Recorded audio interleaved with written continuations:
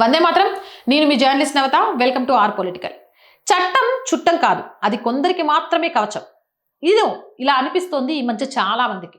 ముంబైలో ఎయిర్పోర్ట్ దగ్గర ప్రార్థనకు కోర్టు కాదు అని చెప్పింది. కారణం సెక్యూరిటీ, ట్రాఫిక్. గురుగ్రామ్లో పార్కులలో ప్రార్థనలు ఆపేశారు. నిబంధనలు, పద్ధతులు, లాజిక్ అన్నీ ఉన్నాయి. ఇక్కడి వరకు సరే. కానీ ఇదే దేశంలో గత కొన్నేళ్లుగా వేల సంఖ్యలో మత ఘర్షణలు నమోదయ్యాయి. ఒకే రాష్ట్రంలో ఒకే ఏడాది 100కి పైగా కేసులు. ఇది యాదృచ్ఛికంగా జరిగిన గొడవలా కనిపించవచ్చు, కానీ లైన్లు కలుస్తున్నట్లు కనిపించలేదా? 2025లోనే 1300కి పైగా హేట్ స్పీచ్ ఈవెంట్స్ నమోదయ్యాయి. ఘర్షణలు మొదలయ్యే ముందు మాటలు మారుతున్నాయి, మనస్సులు మారుతున్నాయి. ఇది ఘర్షణలు మొదలయ్యే ముందు విత్తనాలు వేసినట్టే. ఇది ఒక్క రోజులో జరిగేది కాదు. ఇంకా లోతుకు వెళ్తే మార్పిడుల కేసులు కోర్టుల వరకు వెళ్ళాయి. ఒక కేసులోనే కోట్ల రూపాయల విదేశీ నిధులు బయటపడ్డాయి. ప్రలోభం మాత్రమేనా, లేక దీని వెనుక పెద్ద స్థాయి వ్యవస్థ ఉందా? ఈ ప్రశ్నను దాటేయలేం. ఆంధ్రప్రదేశ్లో ఆకివీడు పండుగ రోజు ఘర్షణ, తమిళనాడులో కొండపై దీపం వెలిగించడానికి వివాదం, కోర్టులు, సెక్యూరిటీ.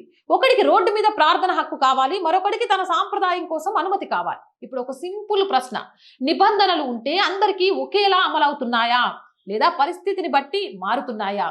ఇదే అసమానత మొదలు. ఇక ఇంకొక కోణం పెట్రోల్. ప్రపంచంలో క్రూడ్ ధరలు 100 నుంచి 115 మధ్య ఊగుతున్నాయి. కానీ ఇక్కడ ధరలు పూర్తిగా విరగలేదు. ఎందుకు? కంట్రోల్ ఉంది కాబట్టి. సపోర్ట్ ఉంది. రిమోట్ ఏరియాల్లో కూడా ధరలు తగ్గించేలా పాలసీలు మార్చారు. అంటే సిస్టమ్ పనిచేస్తోంది. కానీ వినిపించే కదా వేరేలా ఉంటుంది. అన్ని కూలిపోతున్నాయని, ఇక్కడే అసలు గ్యాప్ మొదలైందని డేటా ఒకటి చెప్తోంది, భావోద్వేగం మరొకటి చెప్తోంది. మనం ఏది ఎక్కువగా వినిపిస్తామో అదే నిజంగా అనిపిస్తుంది. ఇది మతంపై పోస్ట్ కాదు, ఇది సమతుల్యం గురించి. చిన్న చిన్న సంఘటనలు కాదు ఇవి, కలుస్తున్న లైన్లు. ముందు కనిపించేది ఘర్షణ, లోపల జరిగేది మార్పు. నిబంధనల్లో సమతుల్యం లేకపోతే సమాజం నిలవదు. సమతుల్యం పోయిన చోట మొదట మాయమయ్యేది న్యాయం, తర్వాత నిజం. అవునంటారా కాదంటారా? మీ అభిప్రాయం కామెంట్ చేయండి.